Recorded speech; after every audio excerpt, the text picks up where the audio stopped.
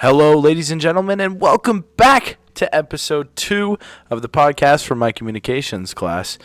Today I'm here with Josiah, who is a student at the University of Jamestown, and he is going to give us a little insight on individuality in the world of computer-mediated communication. Welcome, Joe. Thanks for having me, Ian. I really appreciate this opportunity. Absolutely, absolutely. So I got a couple of questions for you. Do you want to start off by introducing yourself a little bit? What do you like to do around Yeah, sure. campus? For sure. So I'm just, like Ian said, I am a senior here at UJ. I'm a biology major with a minor in leadership and chemistry. Um, I'm on the esports team here on campus. I play Super Smash Bros. I'm the student body secretary, and I'm an RA.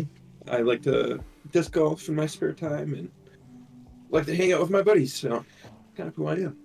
Joe's got a lot going on. He's a great guy, and I appreciate him for taking time out of his busy schedule to come on this podcast with me. No problem. So, Joe, in my class, we talked about individuality in computer-mediated communication. And with that, there's this thing called front staging and back staging. Okay. So, what front staging is what we want the people to see, what we want people around us to see, and just what we see in general, how you present yourself. And then backstaging is what's behind the scenes, like who the person is when they're not around people. And for computer mediated communication sense, it would be like how someone posts online or something like that. So, you are a YouTuber, and you edit your videos, right? Yep. Occasionally, I'll make a couple of videos. I don't post very often, but I like to make some YouTube videos, and I like to stream sometimes too. So I Yeah, think that ties closely in with what Ian was talking about with front staging and back staging. I think a lot of streaming, especially, is very much trying to put your best foot forward because it's such a competitive field, and like only a couple few people make it out. So the same thing applies with YouTube. So, absolutely. And I think it's kind of a kind of a double entendre of sorts. So we could say front staging is about how we present ourselves, and backstaging is everything that we deal with on our own, mm. like outside of social media and stuff. Do you find any truth in this, or? Oh, for sure, for sure. I think a lot of what we see on social media, yes, people might actually be doing that stuff, but it's kind of a very um, superficial lens that people put on, and it's not exactly what goes on in the background. I mean, when you see something like a celebrity post on Instagram or something like that, there's a lot more work and like production that goes into making that post rather Mm. than just snapping a photo and posting on it like Mm-hmm. a regular person would. Um, and I think that a lot of people get the impression that it isn't a whole bunch of work to make these super fancy posts, and then they want to emulate those celebrities or those figures in their social media presence, and they realize, oh wow, I there's a lot of things that go into this, and it's not just Mm-hmm. me posting. Mm-hmm. It's making editing photos and making the post look appealing, I guess. For sure.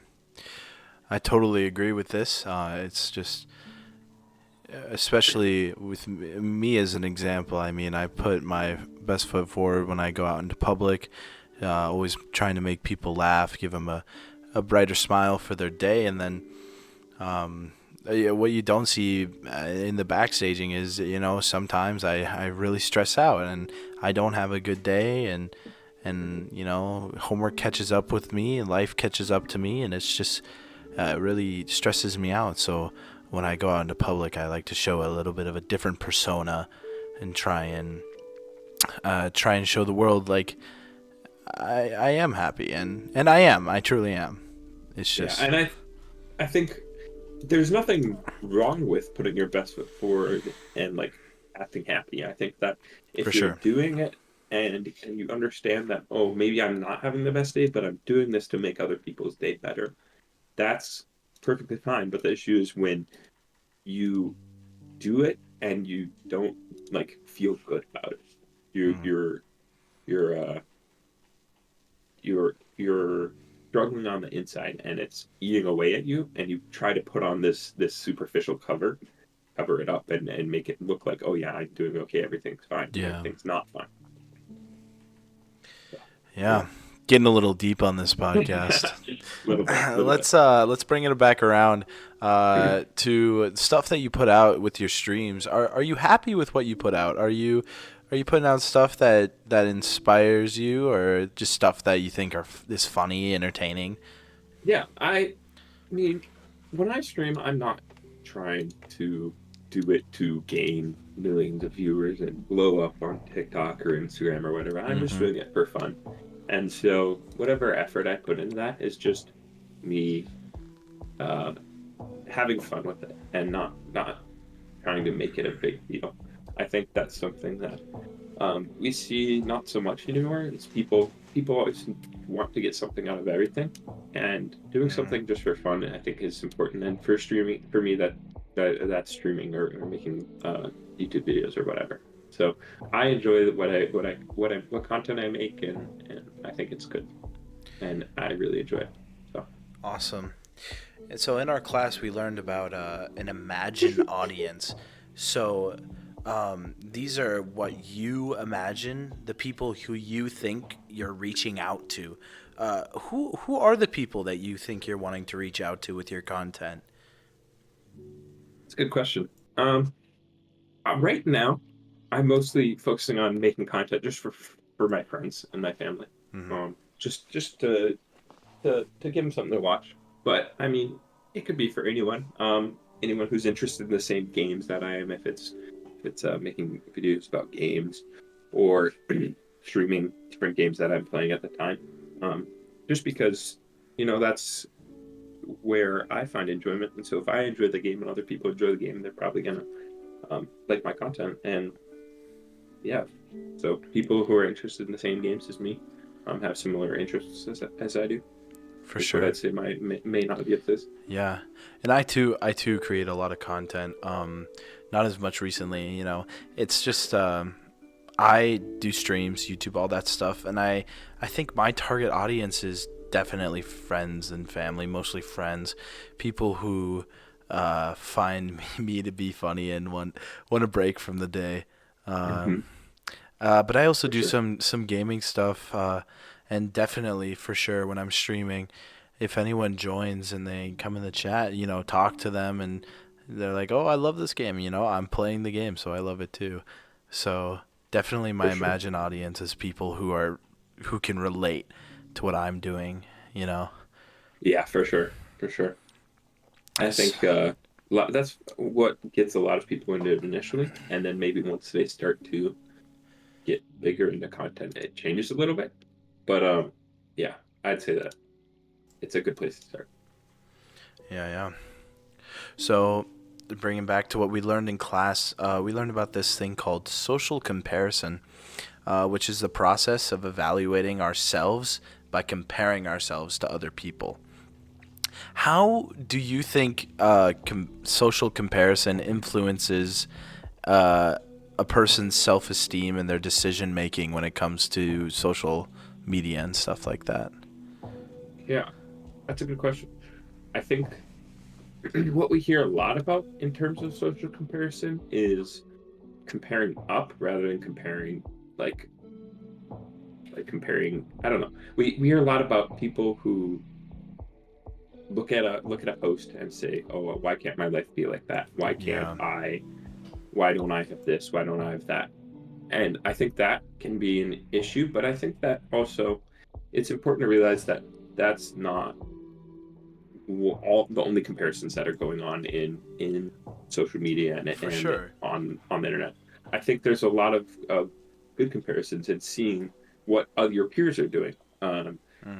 And so I'd say that there's like what people focus on not isn't necessarily the only like the negative effects and whatnot of social media. Is not the only um, method of social comparison, but also I think there's some other ones that just maybe don't get as much attention because they're not uh, a issue.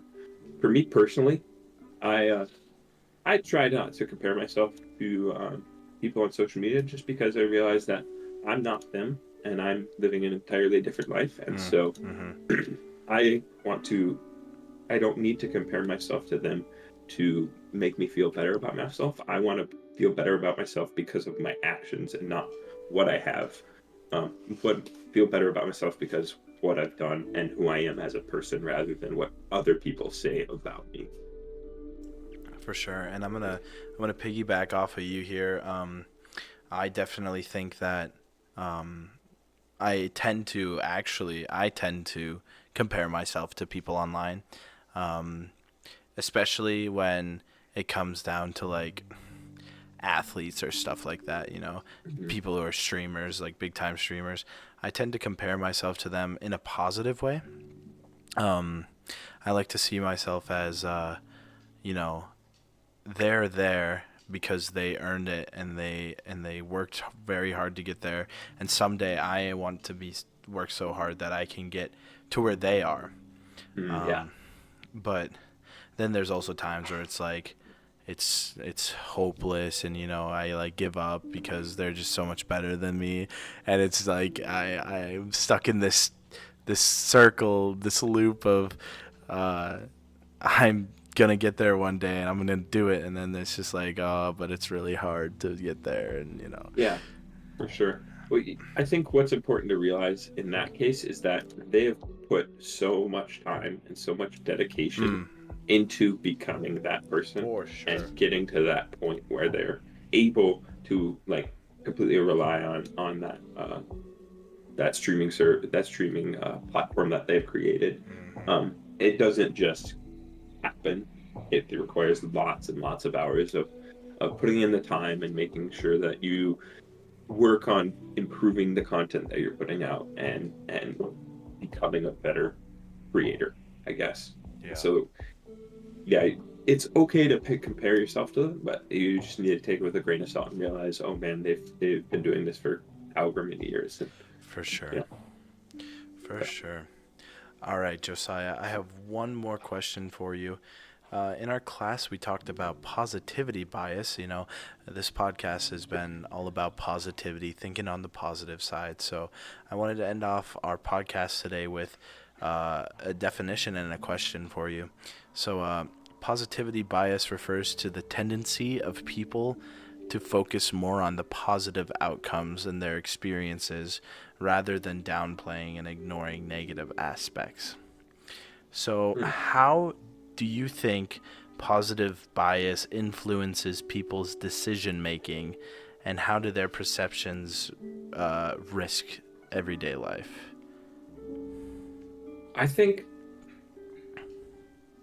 positivity bias for me, in my experience, I think is better than negativity bias. I don't know if that's an actual thing or not, but the concept of negativity bias, Uh huh. comparing it to positivity bias, yes, it may lead some people to make bad decisions, or certain scenarios may come up where something bad happens because you assume the best, or you assume that the worst wouldn't happen, or whatever it may be.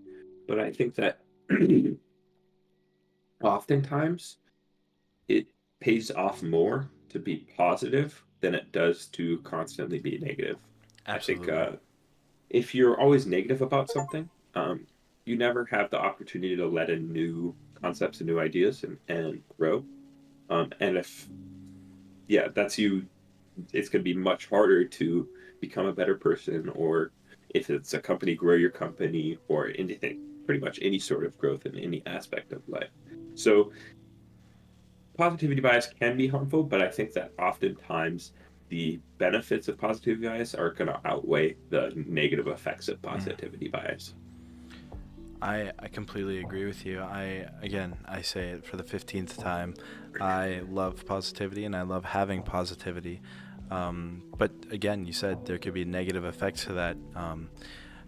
If you have a boss who's too lenient and too positive all the time, you might want to be their friend instead of their coworker.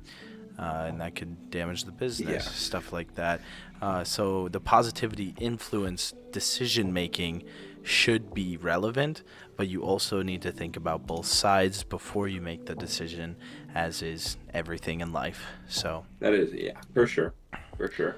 well, I think that's going to wrap things up. Thank you so much, Josiah, for being on the podcast with me today. I don't have any more questions for you, so I'll release you from my shackles. It's all good. Thank you very much for having me on. I Thank you. appreciate it. Thank you. All right. You guys tune in next episode. We will have another guest. Thank you for stopping by, and we'll see you in the next one. Bye.